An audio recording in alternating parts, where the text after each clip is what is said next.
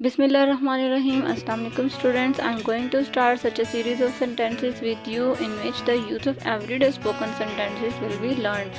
With all such sentences you will be given confidence so that you can make your personality good by using these sentences in your home, school, friends and your workplace.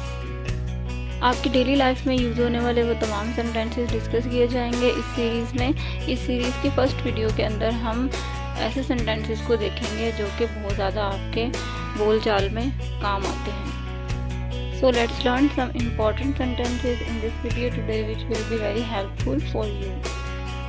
In the first sentence जिसकी उर्दू है नाश्ते में क्या है, तो इसको हम English में किस तरह से बोलेंगे, व्हाट्स फॉर द ब्रेकफास्ट। हम इसको ब्रेकफास्ट नहीं कहेंगे बल्कि इसको ब्रेकफास्ट कहेंगे। ये अलग अलग दो वर्ड्स नहीं हैं बल्कि ये एक ही वर्ड है।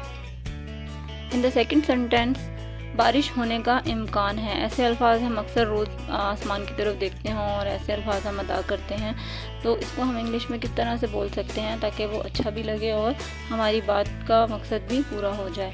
इट्स लाइकली टू रेन, बारिश होने का इम्कान है। कभी हमें अक्सर ये कहना पड़ता है कि ज़रा साइड पे हो जाएं या आपके साथ कोई होता है, तो हम इस तरह से इसको कहते हैं। तो हम इसको बहुत अच्छे तरीके से कैसे कह सकते हैं इंग्लिश में, प्लीज़ मूव असाइड। हम इसको प्लीज़ गेट असाइड भी कह सकते हैं, प्लीज़ टेक असाइड भी कह सकते हैं। तो ये सारे सेंटेंसेस जो हैं वो हमारे लिए बहुत यूज़फुल रहते हैं। हम डेली ही ऐसे वर्ड्स यूज़ कर रहे होते हैं। नेक्स्ट सेंटेंस ऐसा नहीं है। जब हम कोई बात जिससे डिसएग्री कर रहे होते हैं तो उसमें हम कहते हैं कि ऐसा नहीं है, इट्स नॉट लाइक दैट, ऐसा नहीं है। लाइट जला दो, ये तो हम बहुत ज़्यादा यूज़ करते हैं अपने डेली रूटीन में, तो इसको हम इंग्लिश में किस तरह से कह सकते हैं, switch on the light, switch on the light.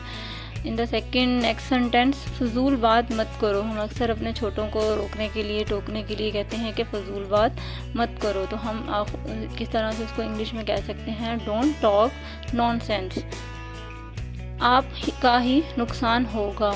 किसी से हम बात कर रहे होते हैं, उसे समझा रहे होते हैं, तो फिर हम ऐसे अल्फाज यूज़ करते हैं, तो इसको तो हम इंग्लिश में किस तरह से कह सकते हैं, it will be your loss.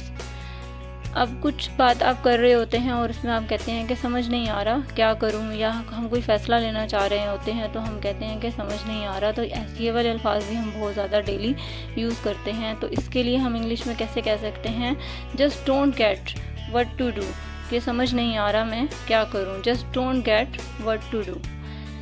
मैं इसे सिर्फ शक्ल से जानता हूं, तो ये वाला सेंटेंस भी हम मोस्टली यूज़ कर रहे होते हैं, तो इसको हम किस तरह से इंग्लिश में कह सकते हैं, I know him only by site, यानी हमने उसे सिर्फ शक्ल से देखा है तो उसके बारे में मज़ीद नहीं जानते।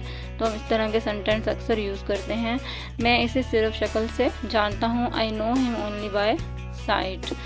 नेक्स्ट, मेरी तबीयत ज़रा कदरे नासाज है।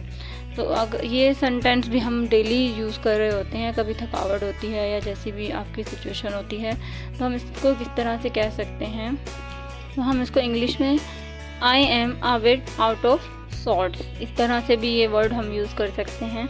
तो ये बहुत ज़्यादा जो है डिटेल में भी नहीं है और बहुत स्मार्ट सा एक सेंटेंस है जिसको हम यूज़ करके अपनी लैंग्वेज को बेहतर कर सकते हैं। आई am a bit out of salt. Okay students, ये वो तमाम फर्स्ट 10 सेंटेंसेस थे जो हमारी डेली लाइफ में बहुत ज़्यादा हमारे काम आते हैं। हम मोस्टली ये सेंटेंस जो है उर्दू में बोल रहे होते हैं, तो हम इनको इंग्लिश में किस तरह से बातचीत में यूज़ कर सकते हैं। नेक्स्ट वीडियो में मज़ीद अच्छे सेंटेंसेस और अच्छे टॉपिक्स के साथ मैं हाजिर होंगी। सो आई होप कि आप इन सेंटेंसेस को अपने स्पेयर टाइम में यूज़ करेंगे और इनसे फ़ायदा हासिल करेंगे। अल्लाह हाफिज़।